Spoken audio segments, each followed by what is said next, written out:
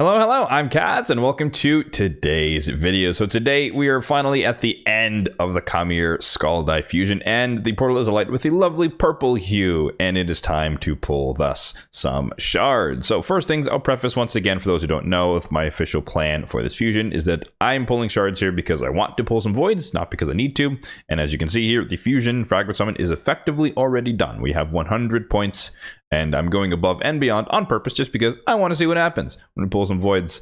So we're going to be participating in the champion chase to get the last 15 fragments to overshoot, go for 115, and then we can spend the rest of those excess fragments eventually on High Mother Mount, who you can see there is at 49 out of 100. So we're just under halfway towards her. So I like to take the opportunities within reason to go above and beyond for fragment summons. Obviously, I could have technically gone for 130 fragments, but that felt a little bit too expensive overall, given all the events and how to get there. But 115 felt just right, minimally investing. So it goes without saying, of course, that is our purpose for pulling, as we just discussed. So let's hop into the champion chase really quickly and just confirm where we're going. So 5,500, unfortunately, is the maximum, or is the target for today. I thought it was going to be a lot lower. I thought they're going to be a little bit more generous with the milestones. Obviously, we knew based on the calendar that it was going to be 3 sets of 5, but I thought the 3 sets of 5 were going to be, I don't know, something lower. So maybe I'll just reevaluate this for future precedent when they have 3 notes instead of 2. I guess I'm used to the 2 where it's like a 5 at 1,300 and then the 10 at the 3,000 or 3,500, somewhere around there. But in this case, 1,300, 3,000, and 5,500. So because I don't want to pull that many voids, I want to pull some voids, but not that many. I don't know, the 5,500 in terms of voids is somewhere like 50, 60-ish, which is a bit too steep for me. But nonetheless, we are targeting the 5,500. I thought about just going to 3,000, but there is a much easier solution to make this a lot cheaper, and we'll dive into that right now. So of course, fragment summons do count in champion chases, and I do need, I would like to pull at least one legendary, and the most obvious legendary to pull is of course Khamir himself. So instead of waiting 2 weeks for the next champion chase, we get to pull him now and claim him, because I do of course want to use him in Faction War. So a free 500 points. This is probably the first time I've ever been able to do this. This is a really rare occurrence for the fusion. The last event of the fusion for me happens to be a champion chase, but nonetheless, we're going to take advantage of it. So we get to summon him early, and then we still go for the extra 15 fragments because of course the event is not yet over. So 500 points there, and then we are going to combine that with 6 remnant summons, because the worst case possibility is that we pull 6, we get 250 for non-void epics, and then that gives us another 1,500 points. So that would give us a solid foundation of 2,000 points at minimum in the champion chase, which then leaves us to get 3,500 from voids, which is more in line with the 30 to 40-ish voids, assuming good rates for the 2x that I'm kind of aiming for in terms of my rates. Let's jump into the remnant summons now, 6 of them, and see if we can get some decent epics, maybe some void epics as well. Void epics along the way will just be free extra points. I guess anything above a non-void is extra points, so we'll definitely be happy to see those. So Umatogi, terrible champion, not much to say about her. Terrible epic champion, I might add.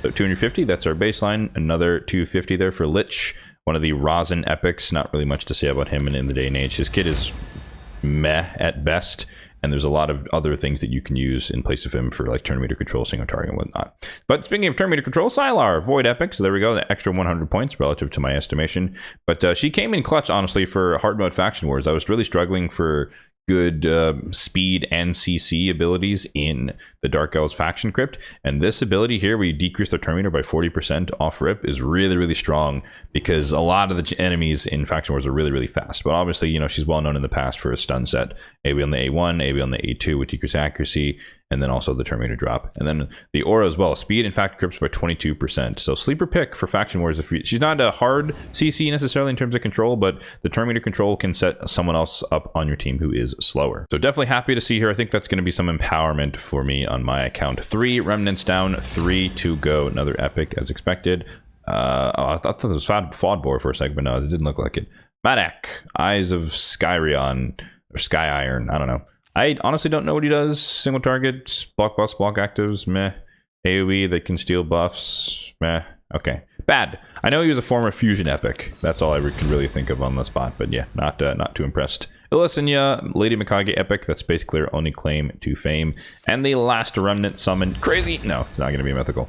It's going to be Kaden. Cool. The more accessible reviver for the Dark Elves. Revive 2 on a 4-turn cooldown, 50% HP, increased defense, and then AoE decrease attack when booked. So decent champion provoke on the A1. Okay. But yeah, nothing crazy there. We got 1 Void epic. So we got 100 points more than what I expected. But we got average stuff there, or the expected value. Obviously 82% chance of getting non-void epic, so we'll take that. So now we're sitting comfortably at 2100 with the extra 100 from the Siler happening. So again, still targeting that 2000-ish points from which we can then jump into the void. So starting off in the portal, looking at my overall shard count, my account at the moment, 550 on the ancients, 252 on the voids, which of course we'll be diving into today, 50 on the primals, and then 53 on the sacreds. There is a 2x going on, of course, and as of this recording, it is Sunday. I waited for the 10x to end because honestly don't really care that much about Celendial. He's not of interest to me personally, so I want to minimize the chance of getting him and maximize the chance of getting who I actually want. And before we get to my wish list, let me pop up my Mercy on the screen real quickly. If you want a copy of this for use for yourself, you can find it in the link in the description box down below. But we're sitting, as I mentioned a few times now, in the middle zone, the middling zone, which is why I'm slightly more compelled to pull voids right now versus not pull them, because if we get a void legendary, sweet, we get another void legendary, we bank it, reset Mercy, and we kind of start working our way slowly back up there. And if we don't get a legendary, void legendary,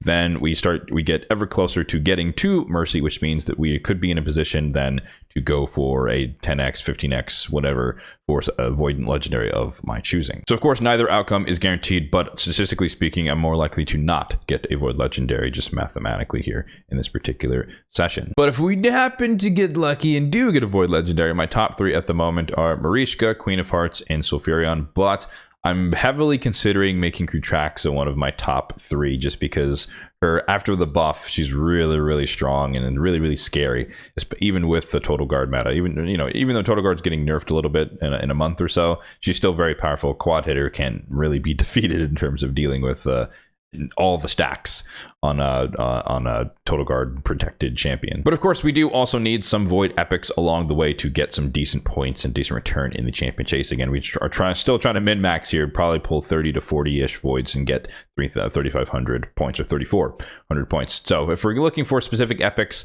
I need as many copies of Whisper as possible because I would like to fully empower both of my Whispers, so I need 6 more copies, which is a lot. And then I still have a baseline unempowered Basher for all these years. I only pulled 1 singular Basher, so I'd like more to empower him as well. So without further ado, let's get into the pulls. We hopefully have just enough space. I have 40 spaces effectively, and I really pray that that's all we need to get the 3,500 points. So let's dive right in and see if we can get some good, decent luck here. Again, decent luck is more about the epic rates than it is about getting a new legendary. So 2 epics so far, good start. Can we make it 3? Can we get 3 void epics? No, might be a little too greedy. That's fine. We'll take 2, 1,100 points. As long as we can average this, that means we're going to get 3,300 per 10 pop, and that is a excellent place to be relative to our target. And then we can just pull the last 10 and then overshoot slightly, and we're good at the 40 voids, or we can get more epics. Anyways, Akemtum, really solid epic champion. His passive works in interesting ways with toxic sets, stun sets, etc. But he gets a lot of passive damage from poison ticks. And spreading having hex on everyone, and then spreading debuffs, spreading poisons everywhere, and then dealing physical damage when anyone takes damage from one of those poison ticks. Ostrox Boneglaive is a decent champion, AoE block buffs. I think he's okay, but he's not really that strong. What they really need in Undead Hordes is an epic with decrease defense. That is definitely what they need. All right, next 10 pop here. We got 1 epic. Yes, we got our first ever duplicate copy of Basher, so we'll take that. There's our +1 Basher, 6 years in almost into play, and then life saved there with the second epic at the end, Faceless. Okay, used to be kind of more of a threat with the ignore defense ability, single hitter, but nowadays that's just not enough anymore just because of Stone Skin, Total Guard, etc. You need more than just 1 hit, 1 time, ignoring all defense. But we'll take it. 2 epics, once again, in a 10 pop if we can do that again, or if we can get 3 epics, we can just call it a day, and I would love for that to be the case. We're also kind of in the market for some of those Broadmaw epics as well. Relic Keeper epics. Oh, 2 Bashers. Happy days. 3 epics too. All right, we're done. We got to call it at the 30 voids. Oh, 4 epics. Hey, bring it home. Sweet. All right, we overshot. But yeah, Broadmaw Rare is rather good as well. We got an R Blaster. We got a Rock Beast. So that's good for that. But sweet, 2 Bashers in one day. We asked for it and we got it. So +2 Basher. That's exciting. Wisteri Vinegard. She's one of the Sylvan Watchers. I think she's like a single target nuker who's okay. I don't think she hits super hard. Sluxus, I think he's a bit overrated.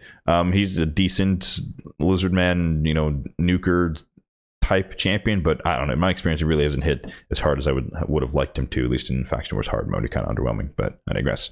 Last but not least, Warcaster, okay champion, but he's definitely eclipsed by a lot of the better block damage champions in the game. So that should do it for sure. We should be at well above, well, we should be somewhere like 6,000-ish. But regardless, we're done. We're done. We've achieved the 5,500. So we got the extra 15 fragments from the champion chase and the stretch goal of getting one of the epics on my wish list twice, which is kind of crazy.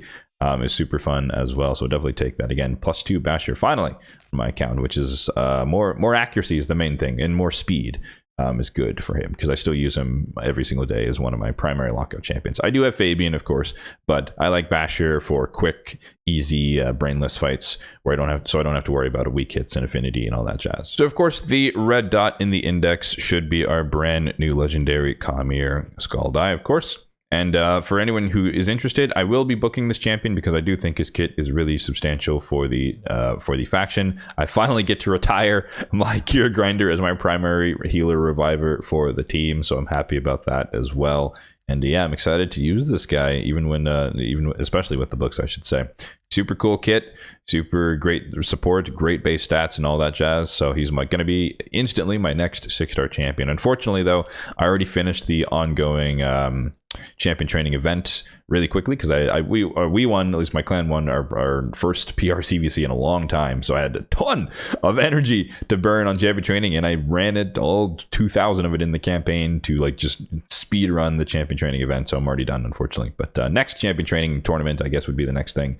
Get to level him up 6-star, etc. So I'm super excited to build him out and start using him in Faction Wars as soon as possible. And then because I kind of highlighted as one of my stretch goals, we might as well do with some of the epic empowerment we mentioned. So Basher is going to be the target. Oh, I guess we could do them all here.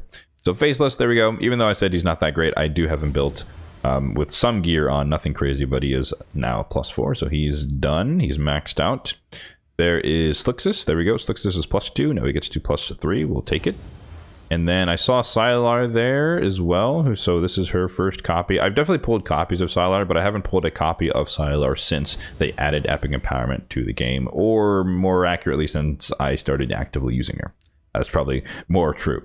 But there we go. This is the big ticket for me. 2 Bashers +2, so extra 20 accuracy, extra 5 speed. Great. Like I said, he is one of my primary lockout champions because I only have Fabian and him.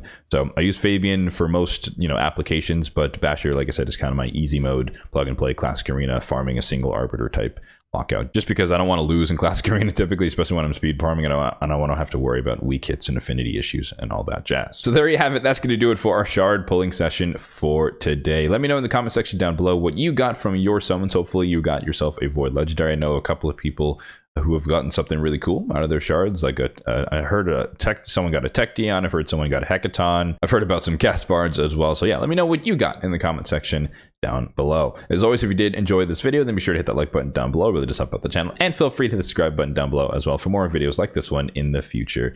Thanks for watching and have a good one.